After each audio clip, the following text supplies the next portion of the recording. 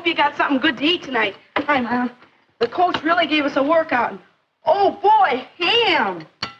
I'm so hungry I could eat a noodle and see what he gave us to do. Chuck. Huh? Could you serve yourself in a less athletic manner? Oh. Is this better? Chuck. At least you could manage to be on time. After your mother goes to all the trouble to prepare a fine meal, it's only common courtesy, Chuck. I know, but I couldn't help it. I was late home from school. Never mind. He did wash up and brush his hair. By the way, Chuck, I saw Barbara's mother downtown. That's quite a supper party she's planning. Is it this Friday? I'm not going. Why not? Do I have to have a reason? But all your friends will be there. Carl, I'm not going. Chuck, don't talk with your mouth full.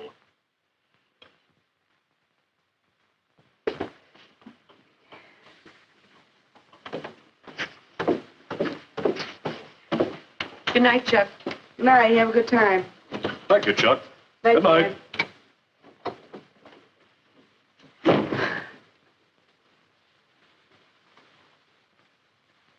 Oh, who wants to go to a supper party? You do, Chuck. Huh? Who are you? We're looking into the future, Chuck. I am the young man you are going to be in a few short years. Well, if you say so. And take it from me, when we're my age, we won't be turning down invitations. Maybe not. Tell me, why aren't you going? I don't know. I do. You're worried about not doing the right thing. Your table manners. Now you're talking like Mom and Dad. Look, you may not care much about table manners now, but when you grow up to be me, then you'll care. But why? Why does it matter? For several reasons.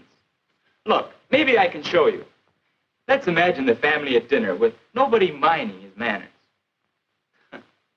Not very pretty, is it? Each person busy feeding his face, showing no consideration for the others. People become irritated, angry. No one can enjoy a meal like this. No. Mealtime is a time for pleasure and relaxation. It's the best opportunity the family has to talk together, exchange bits of news, make plans. When everybody eats properly, the meal goes better, and everybody has more fun. What's more, when we relax and enjoy ourselves, we digest our food better. And ask your doctor if that isn't important to your health. But there's more. What's that? How long now before you'll be going out to make your own way in the world? Not very long, I guess. And whatever you do, wherever you go, you'll want to put your best foot forward. Here, let's try another trick. Let's change that to a table in a restaurant. You're taking a girl out to dinner. To make a good impression, you must know what to do. Who seats the girl? When you sit? How to order your meal? Of course, the girl wants to know these things, too, in order to show herself at her best. Then you must know how to eat your meal. And the only way to have good table manners when you want them is to practice them regularly at home. Get in a habit of eating properly, so it just comes naturally. Or take another case. Say you're having lunch with your boss. Say he's thinking about somebody to fill a good position that's opening up. Well, put yourself in the boss's place. Would you give the job to a fellow like this? Or to a fellow who thinks that table manners are silly?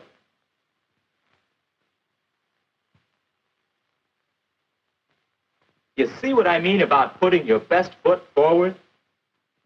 Table manners are important because people judge many things about you just by the way you eat. All right, maybe so, but it's also complicated. Is it? Look, there's nobody here. Let's try it out. What do you mean? Come on. Besides, that supper party sounds good. If we know what to do, I think we'll want to go. Well... Look sharp now. There. There is a place setting properly arranged. It looks all right, but what am I supposed to do? That's the question. Well, What would you do if you sat down to dinner and found 3 forks, like this? I'd probably end up with one left over and wonder what I did wrong. Not if you remember one simple rule. Always use silverware from the outside in. So, starting from the outside, use this for your salad, this for your main course, and this... Why, that one must be for the dessert. You see? It's easy. But there's something funny here. Doesn't the butter knife belong here? Well, the book says either place. And speaking of the book, it wouldn't hurt you to use one sometime and check up on any points that you're not sure of. Sure, we have some books in school, but I'll have to be careful who sees me reading it. Don't worry, you can manage that. And now to use these things. Let's have some food. Say, it's too bad you've just eaten. Yeah. Excuse me. Things will be easier if you'll remember that in eating, there are 3 kinds of food. Finger foods, fork foods, and spoon foods. Now, clean, dry foods, bread is one of them, are finger foods. But when you have something that's messy or sticky, you better use a fork. Yeah, like a cream puff? That's the idea. Now, fork foods include meats, potatoes, vegetables, salads, and many others. There's a right way to hold a fork, and this is it.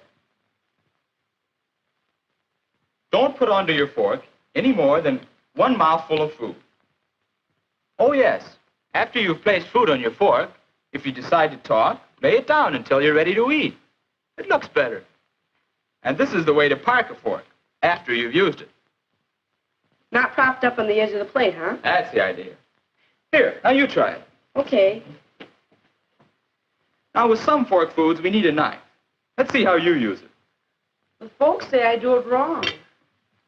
Hey, that's not only the wrong way, it's the hard way. Here, try this. Put the ends of both the handles in the palms of your hands, like that. Hold the meat with your fork and cut the meat. Don't tear it apart.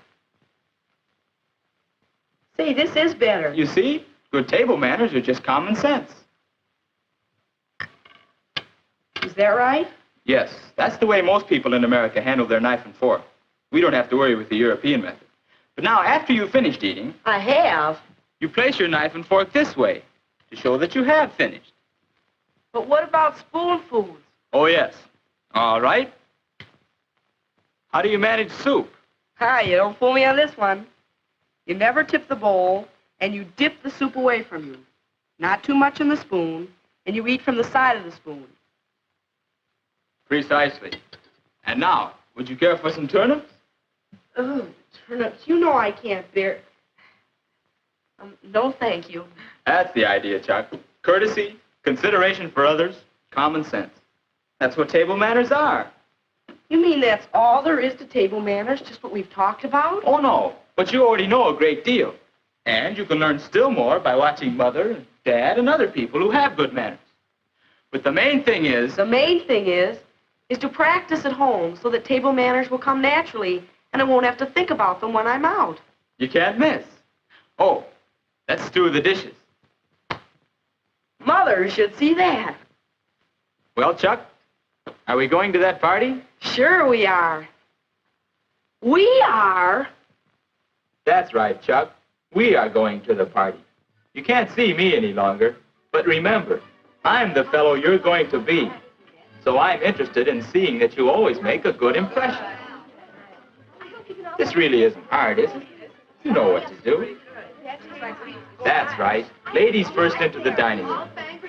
And now what? Right again. Find your place and remain standing.